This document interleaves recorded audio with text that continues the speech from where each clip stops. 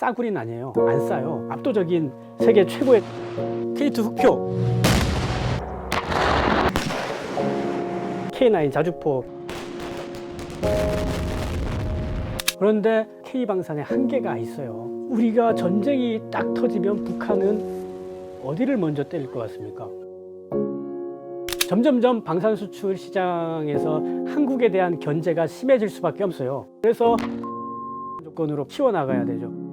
들을수록 똑똑해지는 지식 뉴스. 노르웨이에서 혁혁한 성과를 올렸다고 했지 않습니까? 노르웨이 군에서 차기 전차를 구입하겠다라는 사업을 내놓으니까 최종 후보로 올랐던 게 우리 K2 흑표하고 독일 레오파드. 그런데 레오파드라는 세계적인 전차를 사격해서 그리고 기동해서 완전히 따돌려버리는 그런 성과를 거뒀는데, 그때 노르웨이는 뭘 선택했느냐? 레오파드를 선택했어요. 안녕하십니까. SBS 국방 전문 기자 김태훈입니다. 그게 왜 그러냐? 레오파드 독일 거지 않습니까? 독일의 정치력이 유럽에서는 막강하잖아요. 그래서 우리 방산이 그런 기본적인 기초체력, 경쟁력 말고 좀 가졌으면 하는 게, 대한민국이 안보리 상임이사국 같은 그 정도의 정치적인 지위가 있으면 여기저기 막 팔 수 있는데, 그러니까 국제정치력이에요. 국제정치력. 우리가 좀 봐야 될 게, 냉전이 벌어졌을 때까지만 하더라도 전 세계가 군비를 굉장히 증강을 많이 했지 않습니까? 근데 냉전이 끝나고 나토가 미국 위주로 운영이 되면서 그 유럽 국가들이 특별하게 재래식 무기를 강화하진 않았어요. 반면에 우리는 냉전이 끝나도 지금까지 계속 한 번도 안보 불안에서 벗어난 적이 없어요. 계속 무기를 만들어야 돼. 그런데 우크라이나하고 러시아 전쟁이 벌어졌지 않습니까? 그러니까는 그 유럽 국가들이 굉장히 큰 안보적인 그 위협을 느껴서 그때부터 군비 확충을 굉장히 많이 해요. 그러면은 수요가 있을 때 생산 능력을 잘 갖추고 있어야 바로 팔 수 있죠. 어떤 나라가 전차를 사겠다 하면은, 전차는 워낙 덩치가 크니까 빨리빨리 만들어서 공급하기가 어렵잖아요. 팔아달라고 하는데, 전차 달라 그러는데 못 만들어서 못 파는 경우, 그런 경우가 있다니까요. 우리 K2 전차는 지금 생산 능력이 월 10대 이상이에요. 만약에 수요가 더 들어와 가지고 물량이 더 필요하다, 방사청에서 현대로템은 20대까지 만들 수 있다라고 하는 게 우리 방사청의 판단이고, 독일의 레오파드도 월 10대를 만들 수가 있는데 우리랑 좀 달라요. 전차의 골조를 기존에 있던 낡은 레오파드의 중고 골조를 갖다 놓고 거기에다가 구성품을 넣어 가지고 완성시키는, 그러니까 신형차가 아니에요, 레오파드는. 그러니까는 생산 능력이 우리보다 한 20-30% 떨어진다고 이렇게 봐도 되죠. 다음에 에이브람스는 신차 양산 안 합니다. 창정비라고 해서 대규모 정비인데, 창정비하면서 기존 전력을 좀 업그레이드하고 유지하는 수준으로 가지 신차 양산은 안 해요. 다음에 프랑스의 르클레르, 이것도 마찬가지로 신차 양산 안 하고 창정비만 하면서 전력을 유지하고 있는. 그러니까는 만약에 어디에서 만들어 달라 하면은 그 수요에 될 수 있는 전차는 K2 전차밖에 없는 거예요. 그러니까 수출이 준비된 그런 전차다. 생산량이 이렇게 있어가지고 이것만 있는 게 아니라 급하면 육군에 갈 K2를 먼저 보내주기도 해요. 이번에 폴란드에도 육군에 갈 전차가 먼저 갔어요. 그렇다고 우리 안보가 공백이 생기는 거 아니에요. K1 계열의 전차, 신형 전차들이 있기 때문에 그 전차와 교체하는 거니까 잠시 교체 시기를 늦추는 것 뿐이지, 그런 거를 뭐라 그러냐면 교환 계약이라 그러는데, 일단 갖다 주고 그 다음 우리가 빨리 만들어서 너 거 채워줄게. 육군이 그렇게 지원을 해줘요. 그러니까 우리는 수출 오파가 있으면은 바로 이제 팔 수 있는 그런 조건이 형성이 돼 있죠. 그래서 지금 우리가 K방산이 이렇게 된 거죠. 결국 높은 가성비 때문이라는 얘기가 들리던데, 가성비다. 가성비라는 표현이 틀리진 않는데 싸구리는 아니에요. 안 싸요. 제가 K2나 K9 수출 가격 그때 봤는데 굉장히 비싸요. 또 우리 군에 공급되는 가격보다 수출 가격은 더 비싸요. 성능이 저렇게 좋은데 이거 싸게 팔면은 억울해서 어떻게 장사해요? 싸게 절대 못 팔죠. 그리고 가격이라는 게 싼 게 좋은 게 아니라 가격을 항상 안정적으로 유지해야 하는 게, 이게 중요하거든요. 비싸다고 하더라도 가격이 계속 안정적으로 유지가 되면은 그게 경쟁력이 되는 거예요. 그러니까 우리 K2 같은 경우에는 지금 1차 양산, 2차 양산했고 3차 양산이 진행 중인 가운데 4차 양산의 방향이 결정이 됐어요. 그러니까 우리 육군용으로 계속 만들고 있잖아요. 그럼 어떻게 되겠습니까? 협력업체들도 부품을 계속 공급해 줘야 되고, 그러다 보면은 그 가격이 굉장히 안정적으로 돼요. 이걸 뭐라 그러냐면 서플라이 체인, 공급망이 안정적이니까. 근데 레오파드나 르클레르 같은 경우는 만들려고 하면 그때야 부랴부랴 협력업체 모아오고, 협력업체한테 야 이런 부품 저런 부품 니들이 만들어 와봐라, 얼마 되니, 가격이 들쑥날쑥 하거든요. 그러니까 이 가격의 경쟁력이라는 건 가격이 안정적이다. 사실 우리가 흔히 K방산의 경쟁력이라고 하면 3+1 이렇게 표현을 하거든요. 기술력, 그러니까 우리 무기들의 성능이 뛰어나다는 그런 점이 있고, 다음에 저렴한 가격이라고 표현을 했는데 아까 보셨겠지만 사실 그렇게 저렴하진 않아요. 적당한 가격 받습니다.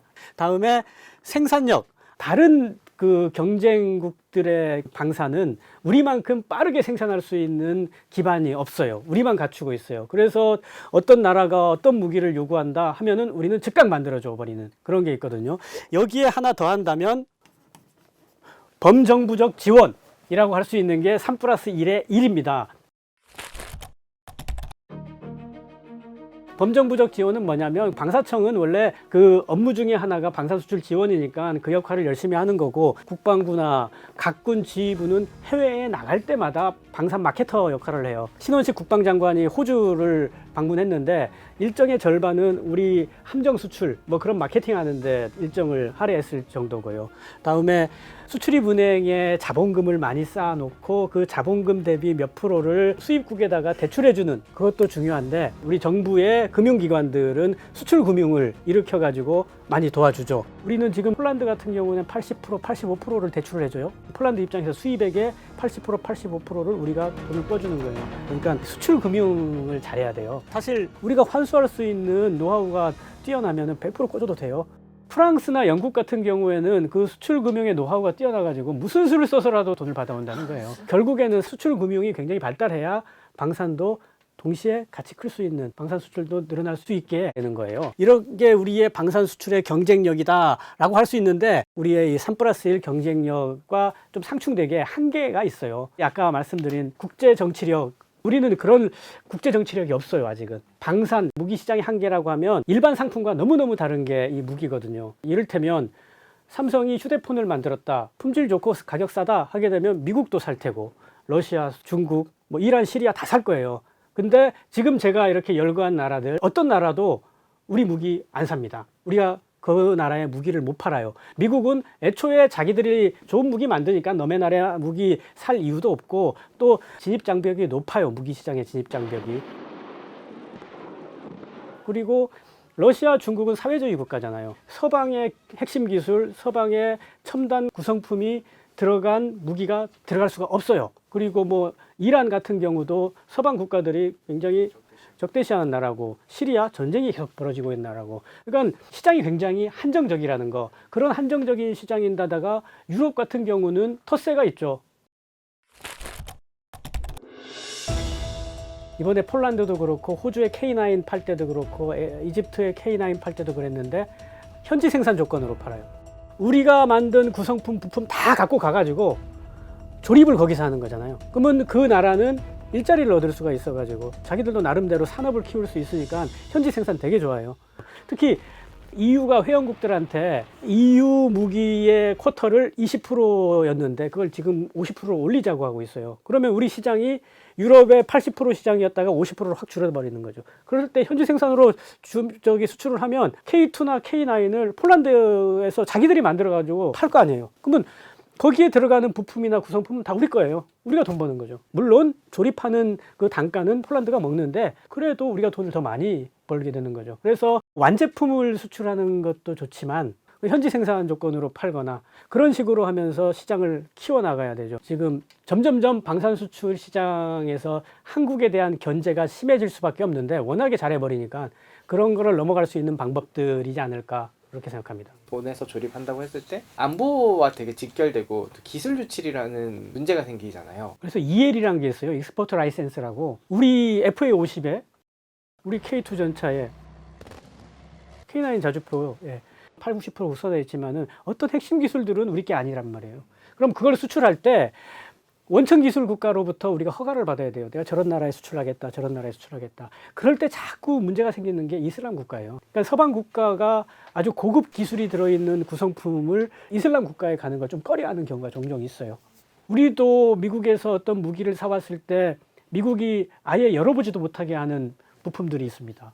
그리고 방산 수출은 우리 업체가 돈을 버는 건데 크게 보면 국가 경제가 좋아진다는 차원에서 뭐 안보적인 이익이긴 한데 지금 사람들이 어떤 고민들을 하고 있냐면 방산 수출도 실제로 안보적인 이익이 돌아올 수 있게 그래야 범정부적인 지원을 하는 거에 대한 대가 반대급부가 되는 거니까. 그래서 아까 우리가 새로운 수출의 방법으로 나오고 있는 현지 생산 그런 시스템을 좀 고민하자라는 게 업계에서나 이제 정부에서도 조금씩 나오고 있습니다. 왜냐하면 만약에 전쟁이 딱 터지면 북한은 어디를 먼저 때릴 것 같습니까? 아마 창원을 때릴 거예요. 무기 공장이 다 있으니까. 전쟁 나면 우리가 자주국방의 그런 화수분이 깨져버린다니까요. 그런데 현지 생산 공장을 여기저기 국제적으로 많이 터뜨려 놓고 나중에 한반도 유사시에 그 현지 생산 공장에서 잔뜩 만들어 가지고 우리가 살게 그런 게 있고 우리가 너네한테 수출한 거 우리가 빌렸을게. 우리 무기를 많이 팔아가지고 나중에 빌려올 수 있다면 북한 입장에서는 무슨 생각이 드냐면 쟤네들은 때려본들 계속 들어오는구나. 화수분처럼 계속 무기가 공급이 되는구나. 그 억제력은 어마어마해져요. 그렇게 되면 방산 수출에 대해 가지고 우리가 범정부적인 지원을 하고 국민들이 박수 쳐주고 하는 거 그거 다 이제는 합리적으로 딱 이제 좌우가 맞게 되죠. 전쟁에서 제일 중요한 게 우리가 아군 병력을 얼마나 보호하느냐 그게 굉장히 중요하기 때문에 계속 그거를 추진하고 있어요. 무인화. 이를테면 우리 국방과학의 모든 첨단적인 요소가 다 모여든 게 전투기 그게 KF-21. 그러니까 항공기도 무인이고 전차도 장갑차도 무인화 계속 시키고 있고 그리고 함정도 잠수정까지 다 무인화 계속 시키고 있어요. 그럼 아마 계속 그렇게 갈 거예요. 그럼에도 최종적인 작전은 사람이 탄 전투기가 벌어지지 않을까. 존 아킬리노라고 미 인도태평양 사령관 그분이 그 얘기를 하던데 무인 항공모함에서 무인기가 뜨는 거는 아마 없을 거라고. 최종 전력은 결국에는 유인일 거다. 근데 우리 군 지휘관들이 항상 유념해야 될 거는 나의 부하들을 이 부하의 가족들한테 안전하게 보내주는 게 그게 네 지휘관들의 가장 큰 목표다. 그걸 잘 유념하고 있어라. 그런 말을 해요. 그러니까 무인의 개념은 사실 그런 거죠. 내 부하들을, 내 장병들을 집에 안전하게 보내줄 수 있는, 가족들 품으로 보내줄 수 있는 그런 수단으로 무인화를 생각해야 되는 거죠. 그럼 제가 마지막으로 좀 드리고 싶은 게 이게 무기산업이라는 게 사실 밝은 면만 있는 게 아니잖아요. 가끔 보면은 시민단체에서 와가지고 그 플래카드에 노워 적어가지고 전차 위에 올라가 있고 자주포에 올라가 있고 그래요. 이게 결국에는 사람을 죽이는 무기니까. 그런데 평시에 이런 걸 갖고 있음으로써 외부 위협으로부터 우리를 침략할 수 없게 딱 틀을 만들어주는 그런 효과도 있죠. 그리고 한번 대소동이 벌어진 적이 있어요. 저녁 6시쯤 지나가지고 사방팔방에서 갑자기 무슨 비행운이 막 날아간다고 경찰서에 전화하고 군부대 전화하고 난리가 난 적이 있어요. 그게 그 고체 로켓 그 ADD 안흥 시험장에서 쏜 거였는데 비밀 사업이라 가지고 아무데도 안 알린 거죠. 근데 왜 그 시간에 쏘았냐? 어민들 활동하는데 지장을 안 주는 시간대 합의 보고 쏘아야 되는데 그 시간대가 그 시간이었던 거예요. 저녁 시간대. 근데 그게 비밀 사업이라서 알려주면 안 되는 건데 그거 어떻게 안 알려주겠어요? 들통이 나버렸는데.